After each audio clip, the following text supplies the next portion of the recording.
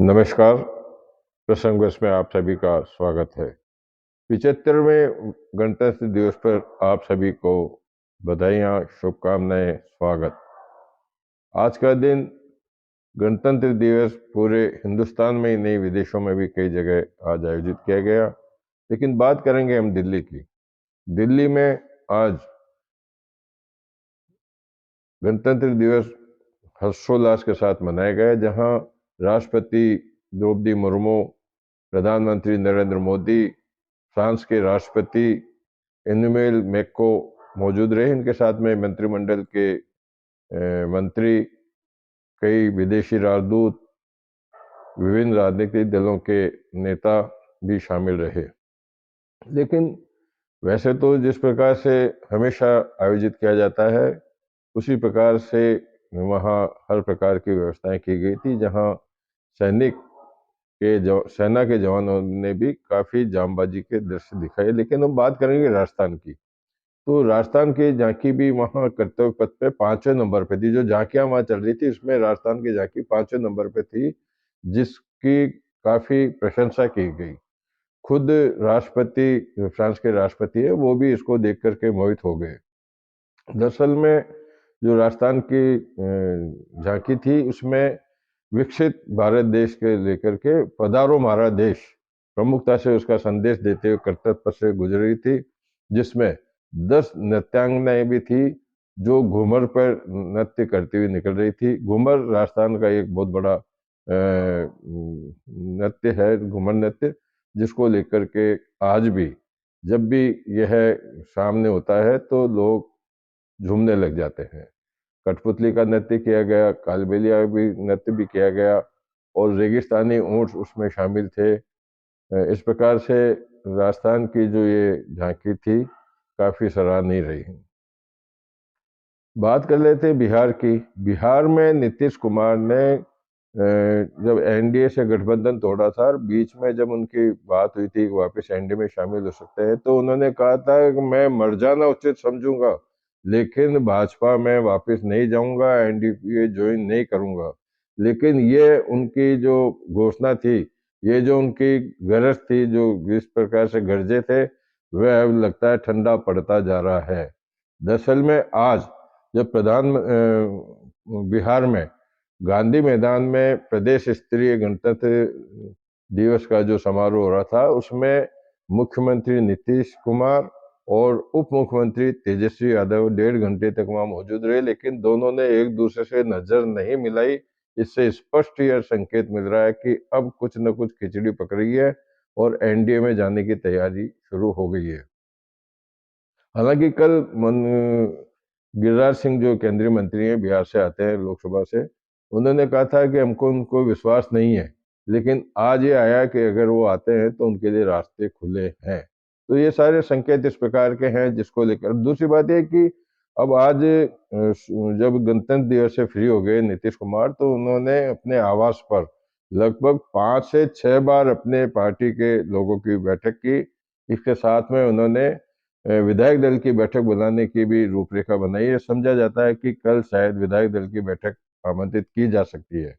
दूसरी तरफ कांग्रेस के 10 विधायक, उनकी भी जो चर्चा है कि वो भाजपा में शामिल हो सकते हैं, एक नया दल बना करके, और भाजपा में वो शामिल हो सकते हैं। तो ये सारी लेकर के बात है। दूसरी बात है कि आज बिहार के राज्यपाल के यहाँ जब एट होम कार्यक्रम था, तो तेजस्वी यादव की भी वहाँ पर नेम प्लेट लगी हुई थी, उनको बैठने के लिए स्थान सुरक्षित था।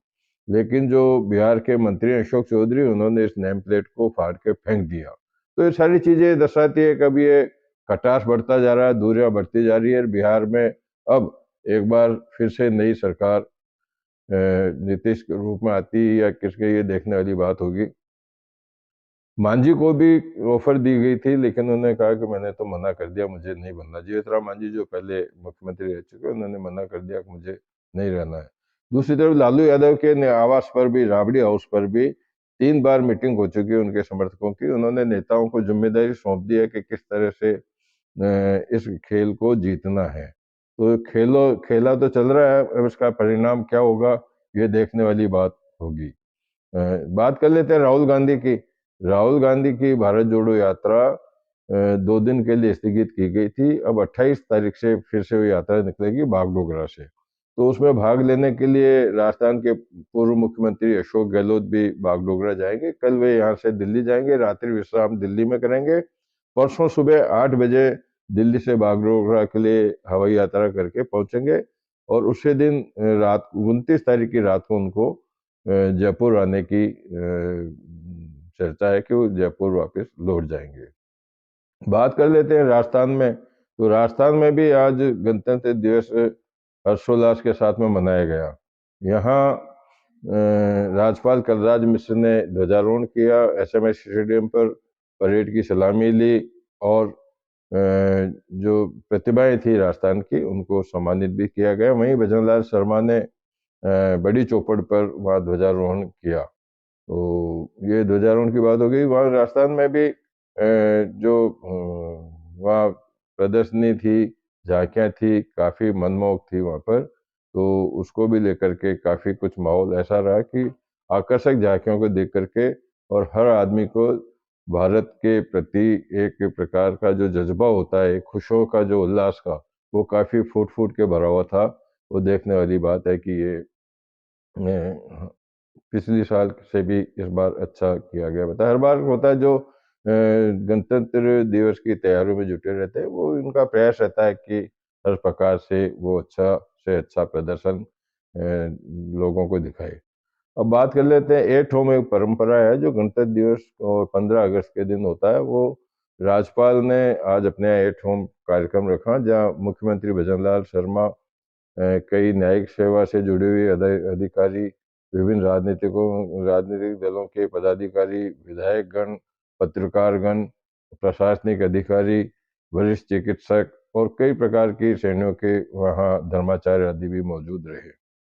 जो बात चल रही है गणतंत्र दिवस की, तो गणतंत्र दिवस पर आज कोटा में एक अजीब अजीब तो नहीं कह सकते, लेकिन एक भावनात्मक दृश्य सामने आया जब मुख्य अतिथि के रूप में मदन दिलावर वहाँ गणतंत्र दिवस समारोह में थे। जब झांकियों के तहत राम मंदिर के मॉडल की जब झांकी निकली तो वो अपनी कुर्सी से खड़े हो गए और उन्होंने भगवान राम को हाथ जोड़ा। इसी तरह से वहाँ के जो सिटी के एसपी हैं शरद चौधरी, वो भी जब वहाँ से जो झांकी निकल रही थी उसमें एक कैसेट में गाना भजन चल रहा था, मेरे राम जी से कह देना जय सिया राम। तो शरद पवार भी खड़े हो गए, शरद चौधरी भी खड़े हो गए और वो भी झूमने लगे, नाचने लगे। तो राम मंदिर की तो जो प्राण प्रतिष्ठा के बाद में जो माहौल बना हुआ है वो बजाय कम होने के बढ़ता जा रहा है। आज जब मैं आपसे बात कर रहा हूँ उस समय तक लगभग 90,000 लोग दर्शन कर चुके थे वहां पर राम मंदिर के अंदर। वहां भी तिरंगा फहराया गया और सबसे बड़ी बात है कि हर दिन नई नई चीजें आती रहती है। अब अयोध्या में एक सोलर सिटी स्थापित की जा रही है। सोलर सिटी, एक सोलर बोट चलाई जाएगी वहां, जिसमें 30 सूर्य की ऊर्जा से वो चलेगी। उसमें 30 यात्री बैठ सकते हैं।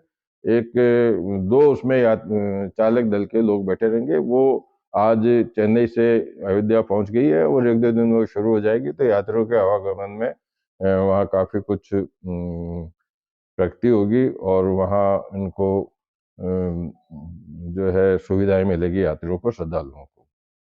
ज्ञानवापी के मामले को लेकर कल से जो चर्चाएं चल रही है वो भी बढ़ती जा रही है।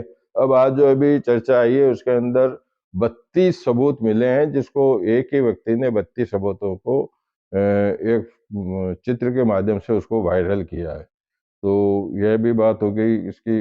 अब जयपुर में प्रेस क्लब में आज गणतंत्र दिवस पर कवि सम्मेलन का आयोजन किया जा रहा है, जिसमें जगदीश चंद्रा जो फर्स्ट इंडिया न्यूज़ के सीएमडी हैं वो उसके अंदर मौजूद रहेंगे और काफ़ी पत्रकार और राजनेता भी उसमें भाग लेंगे। भरतपुर में जो जाट का आरक्षण का मामला चल रहा है पिछले 10 दिनों से, उसको लेकर के अब जिला कलेक्टर ने एक सूची बनाई है जो केंद्रीय मंत्री से वार्ता करेगी, जिसमें राजस्थान के 2 मंत्री भी शामिल रहेंगे। बात कर लेते हैं शिष्टाचार की। तो मुख्यमंत्री भजनलाल शर्मा मुख्यमंत्री बनने के लगभग 1.25 महीने बाद में आज वसुंधरा राजे, पूर्व मुख्यमंत्री वसुंधरा राजे से मिलने उनके आवास पर पहुंचे, जिसे एक शिष्टाचार की भेंट बताई जाए। वो पार्टी की नेता भी रही हैं और मुख्यमंत्री भी रही हैं, तो वो गई, भजन लाल उनसे मिल करके आए थे। अब बात कर लेते हैं, कल मैंने आपको बताया था कि अंता के जो चेयरमैन है मुस्तफा खान, उनको निलंबन की कार्रवाई चल रही है। इसके पक्ष में अब पूर्व मंत्री प्रमोद जैन भैया आए हैं, जिन्होंने आज पुलिस में एक रिपोर्ट दे करके और भाजपा के नेताओं पर आरोप लगाया कि उन्होंने कुट रचित दस्तावेज करके और ये कार्रवाई की है। कलराज मिश्र ने आज एक आदेश जारी करके आरपीएससी के बहुत चर्चित सदस्य बाबूलाल कटारा, जो पेपर लीक मामले में गिरफ्तार हैं, उनको आज सदस्यता से निलंबित कर दिया है। आज एक बहुत बड़ी दुर्घटना भी हुई छत्तीसगढ़ में। छत्तीसगढ़ में जगदलपुर के पास में एक बड़ी जो है सड़क दुर्घटना हुई, जिसमें एक स्कॉर्पियो कार और टेम्पो की टक्कर हो गई, जिसमें 7 लोगों की मौत हो गई और अन्य कई लोग भी घायल हो गए। इसी प्रकार से छत्तीसगढ़ के जो प्रभारी सचिव हैं कांग्रेस के, सचिन पायलट, वे आज छत्तीसगढ़ में रहे, जहां उन्होंने स्क्रूटनिंग कमेटी की बैठक भी की। साथ ही पार्टी के बड़े नेताओं के साथ में भी बैठक की, जिसमें लोकसभा चुनाव की तैयारियों को लेकर के रणनीति पर विचार विमर्श किया। साथ ही बात कर लेते हैं आईएएस की, तो लिस्ट राजस्थान में काफी पहले निकल चुकी। कई कलेक्टर भी बदल गए, कई बड़े अधिकारी भी बदल गए। आईपीएस की अधिकारियों की जो ट्रांसफर सूची है, उसको लेकर के प्रतीक्षा काफी की जा रही है। लगता है कि उसको लेकर के होमवर्क पूरा हो गया है। कारण है कि कई पद खाली पड़े हुए हैं। सेवानिवृत्त होने के बाद में कई अधिकारियों को, आईपीएस को लगभग 40 को पदोन्नति दी गई है। कुछ जिलों में, लगभग 30 जिलों में पहले वाले एसपी भी बैठे हैं। तो लगता है कि अब वो सूची होमवर्क पूरी होने के बाद में आज या कल में आईपीएस की सूची जारी हो सकती है। अब उत्तराखंड की बात कर लेते हैं आपसे कि उत्तराखंड सरकार ने जो वक्फ बोर्ड है उत्तराखंड सरकार का, उसने बहुत बड़ा फैसला किया है, जिसमें 11 मदरसों में, उत्तराखंड के 11 मदरसों में अब रामायण का पाठ पढ़ाया जाएगा। रामायण का अध्ययन अनिवार्य कर दिया गया है। तो ये सारी बातें हैं जो चर्चाओं में हैं। कल फिर मिलेंगे आपसे नई चर्चाओं के साथ में। तब तक के लिए नमस्कार। आप वीडियो देखिएगा, इन वीडियो में क्या क्या कुछ है। कल फिर आपसे मुलाकात होगी। नमस्कार। प्रदेश के सर्वांगीण विकास की प्रतिबद्धता और आप के हर वर्ग, शोषित, वंचित, पिछड़े सभी को समाज की मुख्यधारा से जोड़ने। हम भारत के लोग शब्दों के साथ ही राष्ट्र की एकता और अखंडता को सुनिश्चित और बंधुता बढ़ाने का भाव इतने शब्दों में व्यक्त नहीं किया जा सकता, सिर्फ उन्हें महसूस किया जा सकता। विकास के प्रकाश को रोजाना ही राज्य सरकार का लक्ष्य, पूरा ध्यान प्रदेश और प्रदेशवासियों। माननीय राज्यपाल महोदय, आप सभी का अभिवादन।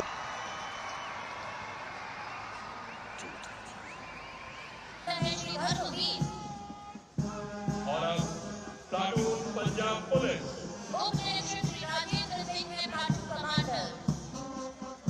जिनकी प्लाटून कमांडर है अंडर ऑफिसर श्री मीनाक्षी शेखावत। सलामी मंच के राष्ट्र के विकास को गति देने वाले सेवकों को अनुशासन आदेश का खूबसूरत उदाहरण यहाँ प्लाटून दे रहे हैं। जोरदार तालियों के साथ परेड का उत्साहवर्धन करते रहे।